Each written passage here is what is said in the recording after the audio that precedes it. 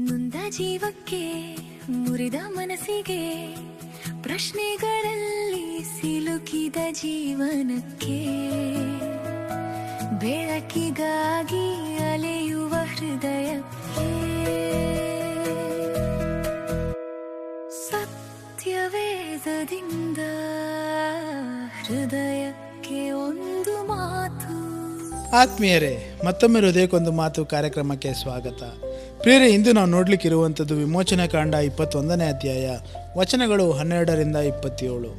ನಿನ್ನೆ ನಾವು ದೇವರು ದಾಸರ ಕುರಿತಾಗಿ ಕೊಟ್ಟ ನಿಯಮಗಳನ್ನು ನೋಡಿದ್ದೇವೆ. ಆ ನಿಯಮಗಳ ಮೂಲಕ ದೇವರು ಒಂದು ವಿಷಯವನ್ನ ಸ್ಪಷ್ಟಪಡಿಸಿದರು. ಪ್ರಿಯರೇ, ಅಂದರೆ ಪ್ರತಿಯೊಬ್ಬ ಮನುಷ್ಯನಿಗೂ ಮೌಲ್ಯವಿದೆ, ಯಾರನ್ನು ದುರುಪಯೋಗ ಮಾಡಬಾರದು ಎಂಬುದಾಗಿ ದೇವರು ಸ್ಪಷ್ಟಪಡಿಸಿದರು. ಇಂದು ನಾವು ಅದೇ ವಿಷಯವನ್ನ ಇನ್ನೂ ಆಳವಾಗಿ ನೋಡ್ಲಿಕ್ಕಿದ್ದೇವೆ. ವಿಮೋಚನೆ ಕಾಂಡ 21ನೇ ಅಧ್ಯಾಯ ವಚನಗಳು 12ರಿಂದ 27 ನಮಗೆ ಜೀವದ ಮೌಲ್ಯವನ್ನ, ನ್ಯಾಯದ ಅಗತ್ಯವನ್ನ ಮತ್ತು ಮಾನವ ಘನತೆಯ ಬಗ್ಗೆ ಕಲಿಸುವಂತದ್ದಾಗಿದೆ. ಈ ಭಾಗದ ಆರಂಭದಲ್ಲೇ ದೇವರು ಒಂದು ಗಂಭೀರವಾದಂಥ ಸತ್ಯವನ್ನ ಹೇಳುತ್ತಾರೆ. ಒಬ್ಬ ವ್ಯಕ್ತಿಯ ಜೀವನವನ್ನ ಉದ್ದೇಶಪೂರ್ವಕವಾಗಿ ತೆಗೆದುಕೊಳ್ಳುವುದು ಬಹಳ ದೊಡ್ಡ ಅಪರಾಧ ಎಂಬುದಾಗಿ. ಯಾಕೆಂದರೆ ಮಾನವ ಜೀವನವು ಸಾಮಾನ್ಯವಾದಂಥ ವಿಷಯವಲ್ಲ. ಪ್ರಿಯರೇ, ಪ್ರತಿಯೊಬ್ಬ ಮನುಷ್ಯನು ದೇವರ ಸ್ವರೂಪದಲ್ಲಿ ಸೃಷ್ಟಿಸಲ್ಪಟ್ಟಿರುವಾತನು. ಆದ್ದರಿಂದ ಜೀವವನ್ನ ಲಘುವಾಗಿ ಕಾಣಲು ಸಾಧ್ಯವಿಲ್ಲ. ಆದರೆ ಅದೇ ಸಮಯದಲ್ಲಿ ದೇವರು ಒಂದು ಮುಖ್ಯವಾದ ವ್ಯತ್ಯಾಸವನ್ನು ಸಹ ಮಾಡುತ್ತಾರೆ. ಪ್ರತಿಯೊಂದು ಸಾವು ಒಂದೇ ರೀತಿಯದಲ್ಲ. ಕೆಲವೊಮ್ಮೆ ಅದು ಉದ್ದೇಶಪೂರ್ವಕವಾಗಿ ಕೊಲೆಯಾಗಿರಬಹುದು, ಇನ್ನೊಮ್ಮೆ ಅದು ಆಕಸ್ಮಿಕ ಘಟನೆಯಾಗಿರಬಹುದು. ದೇವರು ಈ ಎರಡನ್ನ ಒಂದೇ ರೀತಿಯಲ್ಲಿ ನೋಡುವುದಿಲ್ಲ. ಪ್ರಿಯರೇ, ಇದರ ಮೂಲಕ ನಾವು ಒಂದು ಸುಂದರವಾದಂಥ ಸತ್ಯವನ್ನು ಕಲಿಯುತ್ತೇವೆ. ದೇವರ ನ್ಯಾಯವು ಕುರುಡಾದ ನ್ಯಾಯವಲ್ಲ. ದೇವರು ಪರಿಸ್ಥಿತಿಯನ್ನ ತಿಳಿದಿರುವಂಥ ದೇವರು, ಉದ್ದೇಶಗಳನ್ನು ತಿಳಿದಿರುವಂಥ ದೇವರು, ಸತ್ಯವನ್ನ ಸಂಪೂರ್ಣವಾಗಿ ತಿಳಿದಿರುವಂಥ ದೇವರು. ಮುಂದೆ ದೇವರು ತಂದೆ ತಾಯಿಯ ಬಗ್ಗೆ ಮಾತನಾಡುತ್ತಾರೆ. ಅವರನ್ನು ಗೌರವಿಸುವುದು ದೇವರಿಗೆ ಎಷ್ಟು ಮುಖ್ಯ ಎಂಬುದು ಇಲ್ಲಿ ನಾವು ಕಾಣಬಹುದು. ಪ್ರಿಯರೇ, ಯಾಕೆಂದರೆ ಕುಟುಂಬವು ಸಮಾಜದ ಅಡಿಪಾಯವಾಗಿದೆ. ಮನೆಯೊಳಗಿನ ಗೌರವ ಮತ್ತು ಜವಾಬ್ದಾರಿ ಸಮಾಜದ ಆರೋಗ್ಯವನ್ನು ರೂಪಿಸುತ್ತದೆ. ಅದರ ನಂತರ ಮತ್ತೊಂದು ಮಹತ್ವದ ವಿಷಯ ಬರುತ್ತದೆ. ಒಬ್ಬ ಮನುಷ್ಯನನ್ನ ಕದ್ದು ಮಾರುವುದು ಅಥವಾ ವ್ಯಾಪಾರ ಮಾಡುವುದು ಗಂಭೀರವಾದಂಥ ಅಪರಾಧ ಎಂದು ದೇವರು ಸ್ಪಷ್ಟವಾಗಿ ಹೇಳುತ್ತಾರೆ. ಇದು ಬಹಳ ಮಹತ್ವದ ಸತ್ಯ. ಯಾಕೆಂದರೆ ಮನುಷ್ಯನು ವಸ್ತು ಅಲ್ಲ. ಪ್ರಿಯರೇ, ಅವನು ಖರೀದಿಸಲು ಅಥವಾ ಮಾರಾಟ ಮಾಡಲು ಸೃಷ್ಟಿಸಲ್ಪಡಲಿಲ್ಲ. ಪ್ರತಿಯೊಬ್ಬ ವ್ಯಕ್ತಿಯು ದೇವರ ದೃಷ್ಟಿಯಲ್ಲಿ ಅಮೂಲ್ಯನು. ನಂತರ ಈ ಅಧ್ಯಾಯವು ಗಾಯಗಳು ಮತ್ತು ಜಗಳಗಳ ಬಗ್ಗೆ ಮಾತನಾಡುತ್ತದೆ. ಒಬ್ಬ ವ್ಯಕ್ತಿ ಮತ್ತೊಬ್ಬನಿಗೆ ಹಾನಿ ಮಾಡಿದರೆ ಅದರ ಜವಾಬ್ದಾರಿಯನ್ನು ಹೊತ್ತುಕೊಳ್ಳಬೇಕು ಎಂದು ದೇವರು ಹೇಳುತ್ತಾರೆ. ಅಂದರೆ ನಮ್ಮ ಕ್ರಿಯೆಗಳಿಗೆ ಪರಿಣಾಮಗಳಿವೆ. ನಾವು ಏನು ಮಾಡುತ್ತೇವೋ ಅದಕ್ಕೆ ನಾವು ಉತ್ತರ ಕೊಡಲೇಬೇಕಾಗುತ್ತದೆ.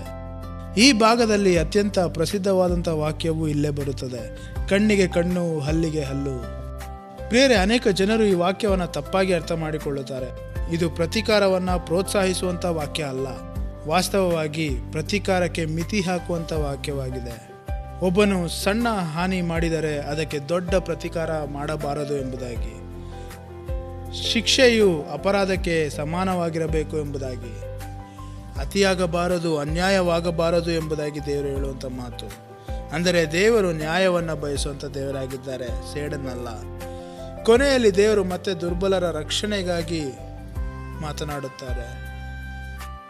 ಒಬ್ಬ ಯಜಮಾನನು ತನ್ನ ದಾಸನಿಗೆ ಗಂಭೀರ ಗಾಯ ಮಾಡಿದರೆ ಆ ದಾಸನಿಗೆ ಸ್ವತಂತ್ರವನ್ನು ಕೊಡಬೇಕು ಎಂಬುದಾಗಿ ದೇವರು ಹೇಳುತ್ತಾರೆ. ಆ ಕಾಲದ ಸಮಾಜದಲ್ಲಿ ಪ್ರಿಯರೇ, ಇದು ಬಹಳ ಆಶ್ಚರ್ಯಕರವಾದಂಥ ನಿಯಮವಾಗಿತ್ತು. ಯಾಕಂದರೆ ಇದರ ಮೂಲಕ ದೇವರು ಒಂದು ಸ್ಪಷ್ಟ ಸಂದೇಶವನ್ನು ಕೊಡುತ್ತಿದ್ದರು. ಅಧಿಕಾರ ಎಂದರೆ ಎಲ್ಲವನ್ನ ಮಾಡಲು ಪರವನಾಗಿ ಅಲ್ಲ. ಅಧಿಕಾರಕ್ಕೂ ಮಿತಿಗಳಿವೆ ಎಂಬುದಾಗಿ, ಜವಾಬ್ದಾರಿಗಳಿವೆ ಎಂಬುದಾಗಿ ತೋರಿಸುತ್ತಾ ಇರುವಂಥದ್ದು.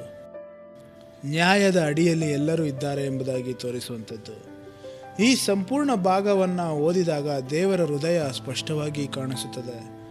ದೇವರು ಜೀವವನ್ನು ಗೌರವಿಸುತ್ತಾರೆ. ದೇವರು ನ್ಯಾಯವನ್ನು ಪ್ರೀತಿಸುತ್ತಾರೆ. ದೇವರು ದುರ್ಬಲರನ್ನು ಕಾಪಾಡುತ್ತಾರೆ ಮತ್ತು ಪ್ರತಿಯೊಬ್ಬ ವ್ಯಕ್ತಿಗೂ ಮೌಲ್ಯವಿದೆ ಎಂಬುದಾಗಿ ಘೋಷಿಸುತ್ತಾರೆ. ಇಂದಿಗೂ ಈ ಸತ್ಯಗಳು ಬಹಳ ಪ್ರಸ್ತುತವಾಗಿವೆ. ಪ್ರಿಯರೇ, ನಮ್ಮ ಮಾತುಗಳಿಂದಲೂ ನಾವು ಜನರನ್ನು ಗಾಯಗೊಳಿಸಬಹುದು. ನಮ್ಮ ಕೋಪದಿಂದಲೂ ನೋವು ಉಂಟು ಮಾಡಬಹುದು. ನಮ್ಮ ಸ್ಥಾನಮಾನವನ್ನು ದುರುಪಯೋಗ ಮಾಡಬಹುದು. ಆದ್ದರಿಂದ ಈ ಪಾಠ ನಮಗೆ ಕೇಳುವಂಥ ಒಂದು ಪ್ರಶ್ನೆ: ನಾನು ನನ್ನ ಸುತ್ತಲಿರುವ ಜನರನ್ನು ಹೇಗೆ ನಡೆಸಿಕೊಳ್ಳುತ್ತಾ ಇದ್ದೇನೆ? ದೇವರ ಸ್ವರೂಪದಲ್ಲಿ ಸೃಷ್ಟಿಸಲ್ಪಟ್ಟವರಾಗಿ ನೋಡುತ್ತಾ ಇದ್ದೇನಾ, ಅಥವಾ ನನ್ನ ಅಗತ್ಯಗಳಿಗೆ ಉಪಯೋಗವಾಗುವವರೆಗೂ ನಾನು ಅವರನ್ನು ನೋಡಿಕೊಳ್ಳುತ್ತಾ ಇದ್ದೇನಾ? ಪ್ರಿಯರೇ, ಇಂದಿನ ವಾಗ್ದಾನ: ದೇವರು ನ್ಯಾಯವನ್ನು ಪ್ರೀತಿಸುವಂಥ ದೇವರು. ದೇವರು ಅನ್ಯಾಯವನ್ನು ಗಮನಿಸುತ್ತಾರೆ, ದುರ್ಬಲರನ್ನ ಎಂದಿಗೂ ಮರೆಯುವುದಿಲ್ಲ. ಹಾಗಾದರೆ ಇಂದಿನ ಆಜ್ಞೆ, ಪ್ರತಿಯೊಬ್ಬರನ್ನ ಗೌರವಿಸಬೇಕು, ಕೋಪವನ್ನು ನಿಯಂತ್ರಿಸಬೇಕು. ನನ್ನ ಮಾತು ಮತ್ತು ನನ್ನ ಕ್ರಿಯೆಗಳಲ್ಲಿ ನ್ಯಾಯ ಮತ್ತು ಕರುಣೆಯನ್ನು ನಾವು ತೋರಿಸಬೇಕು. ಅದೇ ದೇವರ ಹೃದಯವನ್ನು ಪ್ರತಿಬಿಂಬಿಸುವ ಜೀವನ. ಹಾಗಾದರೆ ಇಂದು ಇದು ನೆನಪಿಟ್ಟುಕೊಳ್ಳೋಣ. ಇಂದು ನಾವು ನೋಡಿದ ಎಲ್ಲ ನಿಯಮಗಳ ಹಿಂದೆ ಒಂದು ದೊಡ್ಡ ಸತ್ಯ ಅಡಗಿದೆ. ದೇವರ ದೃಷ್ಟಿಯಲ್ಲಿ ಪ್ರತಿಯೊಬ್ಬ ಜೀವವೂ ಅಮೂಲ್ಯ. ಅದಕ್ಕಾಗಿಯೇ ನ್ಯಾಯ ಮುಖ್ಯ, ಅದಕ್ಕಾಗಿಯೇ ಕರುಣೆಯೂ ಮುಖ್ಯ. ಇಂದು ನಮ್ಮ ಸುತ್ತಲಿರುವ ಜನರನ್ನು ನೋಡೋಣ. ಅವರು ಕೇವಲ ಸಹೋದ್ಯೋಗಿಗಳಲ್ಲ, ಕೇವಲ ಕುಟುಂಬದವರಲ್ಲ, ಕೇವಲ ಪರಿಚಯಿಸ್ತರಲ್ಲ. ಅವರು ದೇವರ ಸ್ವರೂಪದಲ್ಲಿ ಸೃಷ್ಟಿಸಲ್ಪಟ್ಟಿರುವವರು. ಮತ್ತೆ ಮುಂದಿನ ಸಂಚಿಕೆಯಲ್ಲಿ ಭೇಟಿಯಾಗೋಣ. ಅಲ್ಲಿಯವರೆಗೂ ದೇವರ ಹೃದಯವನ್ನು ಹುಡುಕುವ ಹೃದಯ ನಮ್ಮದಾಗಿರಲಿ. ಆಮೇನ್. ದುಂದ ಜೀವಕ್ಕೆ, ಮುರಿದ ಮನಸ್ಸಿಗೆ, ಬೆಳಕನ್ನು ಹುಡುಕುವ ಹೃದಯಕ್ಕೆ, ಸತ್ಯವೇದದಿಂದ ಹೃದಯಕ್ಕೆ ಒಂದು